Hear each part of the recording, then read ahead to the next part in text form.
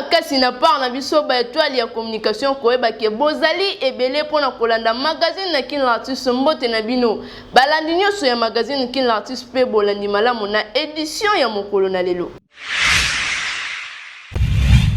Fongola édition na biso ya mokonelo na basango ya chef de l'état Félix Antoine Tshisekedi Tshilombo asalaki lancement moko ya gratuité ya maternité kuna na hôpital o ezali na camp colonel Tchatcha elekana kindinge nini landa ba détail.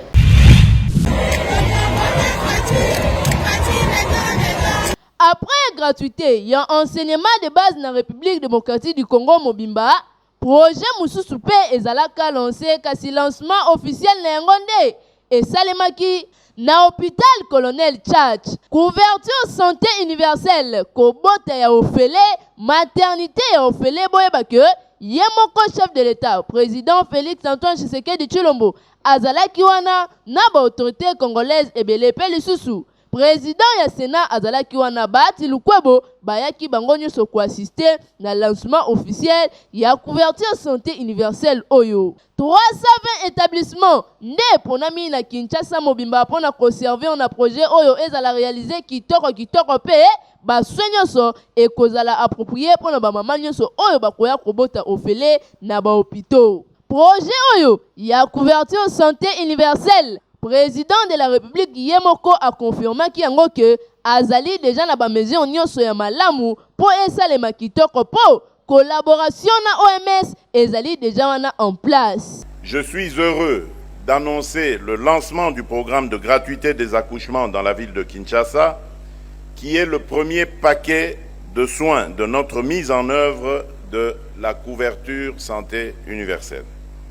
Cela signifie que les femmes enceintes, les accouchés et nouveau-nés recevront des soins de santé de qualité gratuitement sans que les difficultés financières ne constituent un obstacle, et cela sur financement propre du gouvernement. Le choix de Kinshasa a été fait du fait que nous avons conscience que Kinshasa est une ville densément peuplée dont le taux de mortalité maternelle et infantile particulièrement élevé tire le pays vers le bas.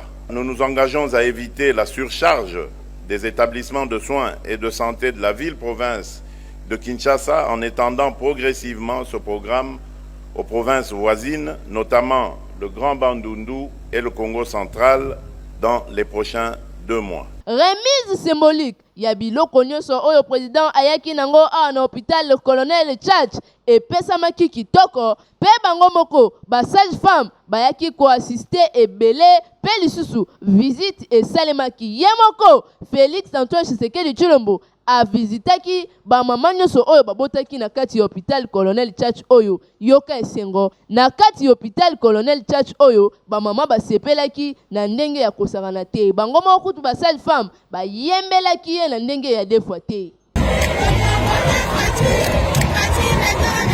Gouvernement congolais ezali pe lisusu kosenga retrait effectif retrait moko esalema na lombango na part ya ba MONUSCO oyo ba occupa ba terre congolaise pona elo côté pour population azali ko continuer ko vivre na ba guerre ya ndenge na ndenge kuna na partie est ya république.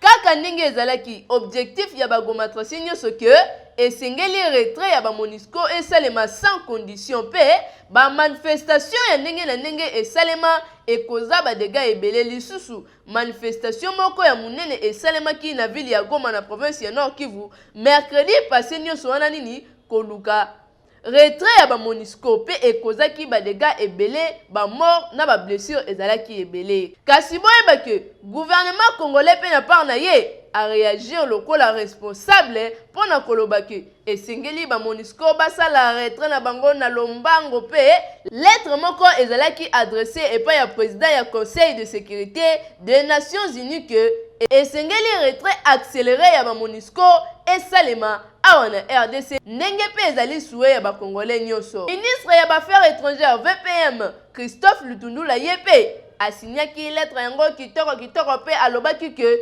esengeli retrait accéléré, durable et responsable et salema pona ba MONUSCO. En tout cas, dossier oyo esipelisi ba congolais nyonso tu makasi po yango nde ezalaki souhait ya ba congolais ba MONUSCO bakende po occupation na bango ya ba terre congolaise esalaka eloko te ba congolais ba bénéficiera na yango te esengeli ka bakende boyete projet Mukangalonzo oyo esengelaki servir na ba congolais nyonso balia kitoko balia biloko oyo ezali bio kasi mbongo na yango ebima ebele me misusu kote ekenda eyebana te gouvernement congolais pe justice congolaise ezali ko poursuivre ba en tête nyonso oyo bazalaka na gouvernement oyo eleka bolanda bazali accusé pour na détournement ya trésor public na gouvernement oyo eleka ancien premier ministre Matata Ponyo ex-gouverneur ya Banque Centrale la Deo Gracias, pe homme d'affaires sud-africain, oyo ya société Africom Commodite. Bazalaki à la barre ya justice congolaise, pe ba vérité ya ndenge na ndenge ebimaki. Boyeba ke ba inspecteur général ya finance basalaki banquête na bango pe bayaki ko retrouver que 115 millions de dollars américains nde ezalaka détourné par rapport ya montant oyo esengelaka na gouvernement congolais a décaissé, surtout sur facturation pe 89 millions de dollars oyo esengelaka po servir bango na construction ya marché international ya Kinshasa. Wana pe kaka ancien ministre Matata Ponyo nde azalaka à la base ya détournement yango na équipe na ye mobimba.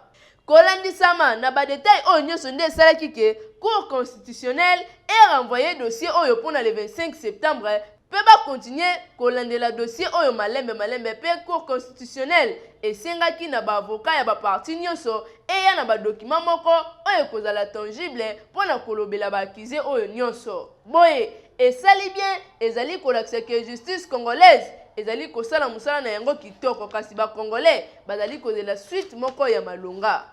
Boyete Eric Travel a bengisi bino nyonso avec 1000 francs ya pamba au vérifier ba résultat ya DV loterie au bobeta ki mikolo l'équipe ceux qui ont gagné prise en charge assurée.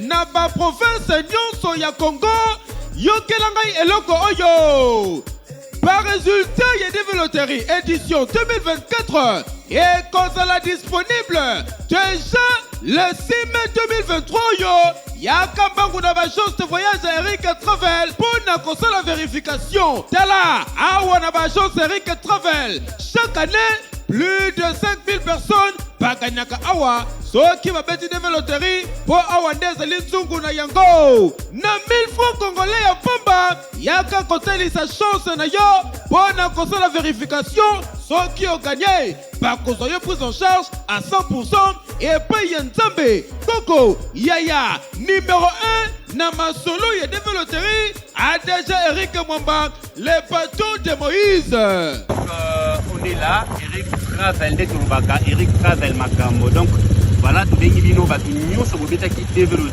dans l'agence Eric Travel. Le bétail développe l'année passée, dans le mois d'octobre, et déjà, va résister à développer et bandit déjà le 6 mai, va résister au Banda et au Kennedy le 30 septembre. Donc, vérification de détails, ils ont 1000 francs seulement. Donc, ce qu'on y est, vous allez décider. Patrice Yabachon, Eric Travel. Et si il y a dans la Kinshasa Mobipa, Dozali na 11e rue Limete, quartier industriel. Et Bongo na Massina, sur boulevard Lumumba, en face ya Kimbuta. Na commune ya Kalamu, sur avenue Victoire numéro A20, non loin ya maison communale ya Kalamu. Et Bongo na Kintembo magasin, Dozali kaka na rombo Kintembo, entre Facebook na WhatsApp, Oza Mobimba. Bila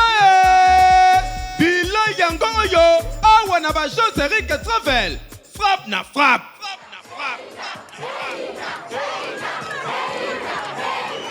Médard Elongue asali constamment pour na kolobaki retraite na République démocratique du Congo surtout et pas ya ba fonctionnaire nyonso ya l'état et ba na ralisus âge même muta koma déjà na 70 ans même azali na 85 ans azali kaka wana retraite ezali te et pourtant mibeko ya mboka ezali ko interdit yango landa elema oyo.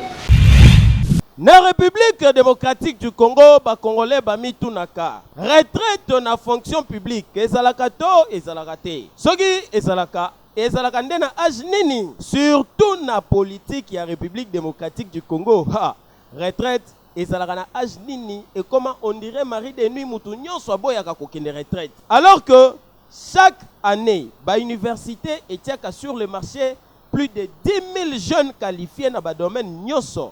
Mais au komona chômage lata bango on dirait libabe pona nini ba papa oyo bakangama na ba poste balingaka kolongwa te balingaka kokende retraite te yango komona mutu plus de 80 ans d'âge mais azaka na politique na fonction publique alingi mususu akota te soko meki abwakeli o malade na enseignement na ba entreprise publique misusu lokola RTNC Régie des eaux Onatra na ba entreprise misusu ba oyo esengeli ba kende retraite bazali ebele mais balingi na bango te toyebi te babangaka nini soki kaka bamoni jeune moko ba recruter ha babandi kolukele makambo ti jeune akokima pendant ce temps ba jeune ebele bazali ko souffrir âge ya recrutement pe ezali ko avancer risque ezali makasi bazala jamais engagé na l'état congolais. Makambo ezali ya ko dénoncer makasi. Neti na Conseil économique et social, ton Assemblée nationale ya République démocratique du Congo.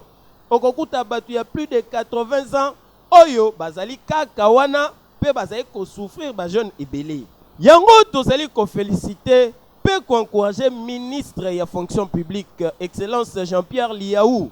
Oyo na vision ya chef de l'État Félix Antoine Tshisekedi Tshilombo azali kosala malembe pe exception kotinda kandambu na retraite ba oyo bakoli déjà kasi eloko tokosenga na Jean-Pierre Liaou excellence ezali que esengeli kotinda ka ba oyo bakoli ebele à la fois pe esengeli mise en retraite ezala sélectionné te to sélective te esengeli te kotinda ka ba misusu na retraite pe ko protéger ka ba misusu ezali komona na lokola injustice na ngambu ya l'état congolais envers population na ye wana ezali mabe mokonzi ya mboka Félix Tshisekedi Tshilombo l'homme de l'état de droit population bazali kosenga papa obeta loboko na mesa c'est-à-dire au s'impliquer totalement pour un respect ya 65 ans d'âge oyo mibeko ya mboka ya République démocratique du Congo ezali ko obligé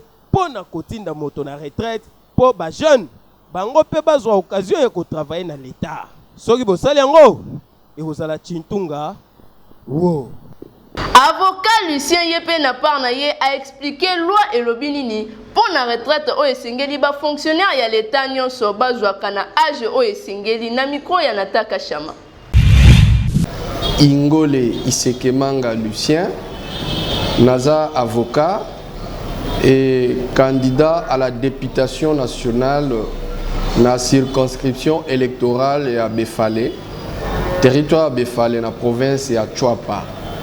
Naza candidat ya parti politique Union pour la Nation congolaise, dirigé par l'autorité morale, son excellence M. Vital Kamere, naza avocat de profession. Pour répondre à la question na yo, par rapport à la retraite na mboka na biso mibeko ya mboka et prévoir que mutu soki a servi République pendant au moins 65 ans il faut akende ko pema donc retraite eza moment ya bo pemi après avoir servi la République na ndenge mibeko ya mboka na biso et lobby. Mais en réalité, tous en moi ba kokoso muke parce que mboka na biso administration est un sérieux problème ya gestion nango. en rapport avec le fichier, en rapport avec même la gestion du personnel. Et Nanzela, Nazo Pesa, moi, félicitations Mouké, na vice-premier ministre, ministre d'État Jean-Pierre Liao, Azo Sala ba effort pour que a relevé des Fiwana. Parce que Tozo Mona Batobasi Baleki, âge et retraite, mais Bazo continue au Kende Moussala, Eza Malamouté. Eza Malamouté, ce n'est pas pour rien. Législateur a salaki que après ngonga ya musala mutu akende kopema pour que akoka kosala pema kambo mususu a continuer vie na ye ti mukolo liwa ekoya. C'est question d'appliquer la loi et avec la loi on ne négocie pas. On ne négocie pas avec la loi. Hein? Awa tozo lobela ba agent de carrière de service public de l'État bato a fonction publique. Bangonde baza conscient, bato belé baza na baza conscient, balobaka même ba moment bazo lobaka non, naza na besoin na kene retraite, nazo zela l'État, hein, après sanga ba droit na ngana kende. Tant que vous avez 65 ans d'âge, vous devez aller à la retraite et c'est l'État qui veille à l'application de la loi. Avec $1 300 ya pamba koma kolo lopango na facilité 12 mois mokuka ozo futa malembe ozui lopango na yo et pas ziko mukanga abengisi ba kongomani nyonso. Na cadre ya instaurer propriété na concession en IPTMC et sika koko makolo lopango et koma na $1,300 ya pamba molobeli ya bana ya changu moto ya yina kofutela président Ziko Mukanga président ya motocycliste nyonso ya République démocratique du Congo asalisaki mobange na concours ya propriété mikoleleki na kombo ya Tiabo Peto pe o gagner lopango mosusu. Noko ebele ya bato nyonso bozaye komona wa basombaki mapango na bango epa ya président Ziko na $1,300 ya pamba. Kasi après concours boyeba que 15 personnes nde babimaki ba gagnant pe bazwaki ba prix na bango kitoko kaka ndenge président Ziko Mukanga alakaki yango. Mwana ya Kinshasa koko makolo lopango ekoma facile grâce ya président Ziko Mukanga pe na mbongo ya mikate $1,300 ya pamba. En plus, ba facilité bino déjà ba construction ya bandako na bino. Atieli bino ba dépôt ya ba ciment, ba dépôt ya mabaya, ba dépôt ya batol, voire même maille ya forage, toujours pour la kosunga yo, construction na yo esale makitoko. Koma kolo lopangu ezali histoire te meza ya solo tolobaki ya solo ke semaine oyo ndenge tolobaki somba lopangu moko tia yango propre ozo ya mibale nde événement boti komona sikoyo olingi babenga yo kolo lopango kobuka na te kutana na président Ziko Mukanga na avenue Victoire numéro 42 quartier Kauka na commune ya Kalamu na deuxième niveau ya immeuble Efra oza mobimba mwana kinya tika kolota mabukane si ya kufa $1,300 et comme na valeur ya lopango ya 20 sur 20. Président Ziko Mukanga mosungi ya ba Congolais moyini ya kofutela merci.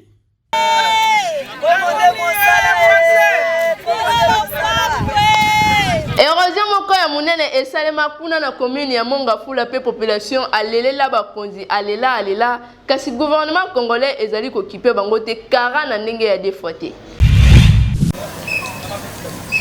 Population ya quartier Kindele na commune ya Mongafula ba se sentaka délaissé na niveau moko incroyable po érosion moko esalema a ya munene ekabola quartier en deux pe il y a déjà 3 avenues mobimba kasi ata eloko moko te esalemaka na part ya ba autorité congolaise. Bandaku ekundama ekenda batu ebele bapika ba crise awa mapangu kutu ekenda ti libulu oyo ekoma munene bona bango moko kutu bakamwaka yango makasi. Bandaku misusu etikala ya ba demi Dakar misusu pe na katikati ya érosion ne place etongama. Lokola ndaku oyo etikala nango deja katikati po chambre moko deja ekenda na kati ya érosion kasi place ya kokende ezali te ba oyo bavandaka awa basupportaka yango kaka bongo moyen pe ya ko se déplacer ezali te. Oyo pe koto oyo na katikati ya libulu donc entre ngambu na ngambu koto yenda kuna katikati moindre erreur a se retrouver soki wapi et ebani kute. Et bongo bourgmestre ya commune ya Mongafula déjà abeta tour na quartier Kindele yora population. Toza wana première poto mais libulu oyo elie bato ebele bandako tala bandako minene ndenge ke tala biso mo ndenge toza na risque sika okende na bana ezate mai so ezoleka na awa mutu kuta kotala azate bato bazochola bazokende mutu akosunga biso azate ata saki ya pamba oyo ata bakonzi koto batalaka te batalaka na kotala makaya kuna po baprince eza kuna koto eza ya kobatama mutu akotala biso aza te yango tozokufa kaka boye ne eroge po mutu akosunga biso aza te towana posa bakonza mboka basunga biso pe. Premier poteau avenue Mbujimai, donc érosion ezui à peu près 3 avenues.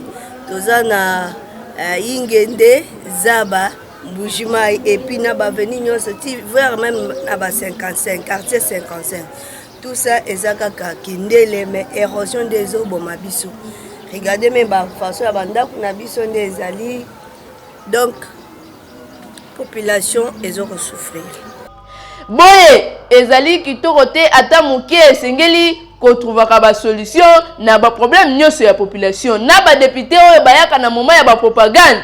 C'est le moment pour la population solution pour kalater décembre ezokoka boroya wapi na ba problème aboy ba voter binotin mabe Église protestante baptiste de la fraternité et célébra kibongo consacration ya ba pasteur pe ba diacre ebele oyo ba komi lisusu wana pona kosala nzambe musala kitoko awa na sena mokili oyo bolanda commentaire ya Médard Elongi. Bakomi officiellement basali nankolo ba pasteur ba évangéliste ba diacre oyo basalaki consacré lors ya cérémonie ya consacration oyo ezalaki ko-célébrer et pas y a révérend docteur Simeon Kubulana Matendo, visionnaire père représentant international y a église protestante baptiste de la fraternité, père révérend pasteur Fischer Ngusu, représentant national y a communauté des églises protestantes baptiste de la fraternité dans la République démocratique du Congo. En présence, y a révérende Anima Sele, représentante personnelle, il y a président, il y a SSC synode urbain ville, il y a Kinshasa, présidente, il y a conseil, il y a pasteur protestant, il y a ville, il y a Kinshasa, vice modératrice, il y a synode urbain. Boye bake, cérémonie oyo, et Salemaki Awa, na paroisse, il y a deuxième communauté, des disciples du Christ au Congo, oyo ezalaka na commune, il y a Kalamu précisément na Yolo. Après ma prière, il y a Kafu.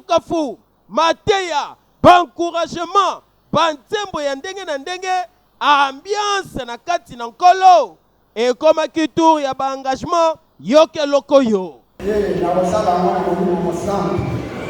Na kosala ya mwana kwa na kosala mwana kwa mosamba. Nasima, bayaki ko bondela pona ba diacre, ba évangéliste, pe ba pasteur, oyo bazalaki consacré au total 23 hommes de Dieu mobimba oyo bazalaki consacré mokolo yango 10 diacres 8 évangélistes pe 5 pasteurs oyo babakisami na kaya nkolo nzambe jetani azwi bibotu ezalaki na ambiance ya 2 fois te.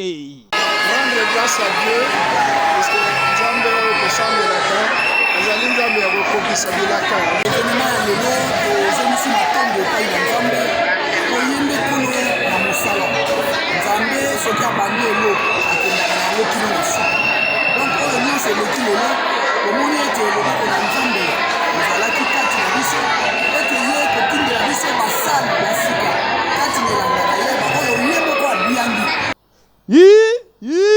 shetani zabolo akanisaki akolonga basali na nzambe bomoni ndenge azwi bibotu awa kan ya nzambe kolo ebakisi basoldat oyo bazwi engagement ya kobundisa shetani ti na suka pe koservir kolo nzambe na bango ti na suka ya bomoi na bango elakisi ke libela na libela shetani zabolo moloki apoli o boite Kota na MD MDC bimela na mikili ya poto ba promotion mikolo oyo ezali ebele kende na monde dynamique pour le changement au voyager partout dans le monde avec facilité. Ouais, ça, au côté, ok, on passe dans le bureau de MDC, où il y a pour retirer le passeport, on a visa, déjà c'est bon. André, voilà, c'est quoi le nom? Yafifi.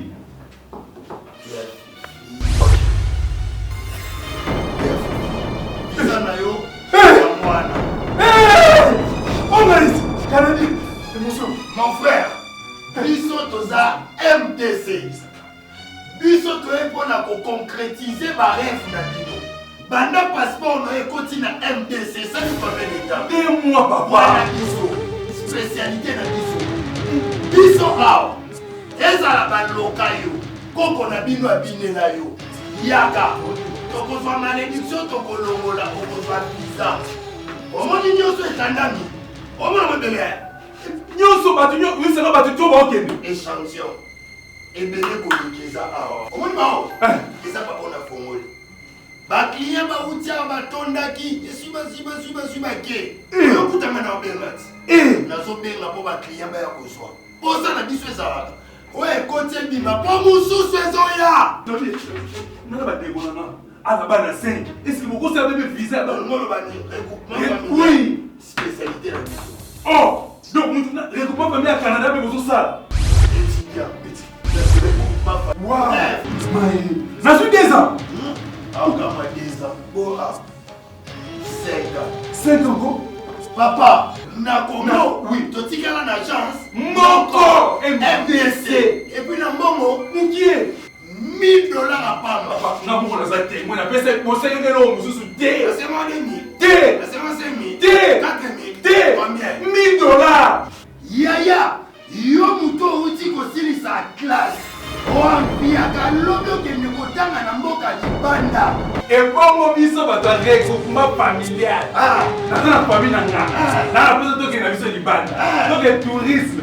Oyo nana bana 6. Nana bana 7. Ezala yo ozala na Angola. C'est vrai. Yo ozala na Brazzaville. Okano rapide ça. MDC ezwami na croisement Mushika Bida. Na quartier Bofa na commune ya Lingwala. À quelques mètres na boulangerie Pain Victoire. Pena Tchongu, tozali na rebetani na ngambu ya Masina sur boulevard Lumumba, mosika te na bureau ya SNEL. Okoti na MDC, opimi na mikili ya poto.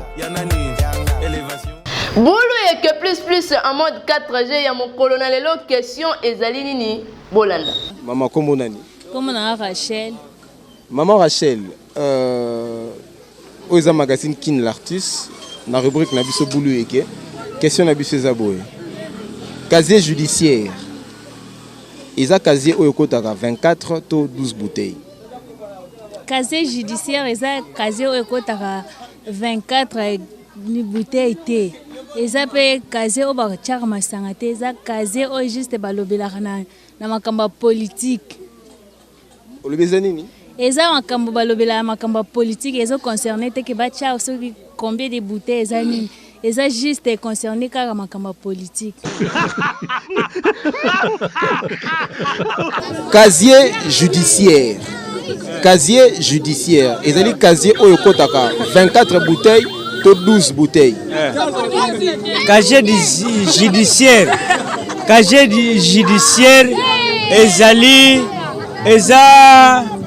eza eloko moko ezali masanga te. Ozoka casier judiciaire eza masanga te. Ezali na parquet.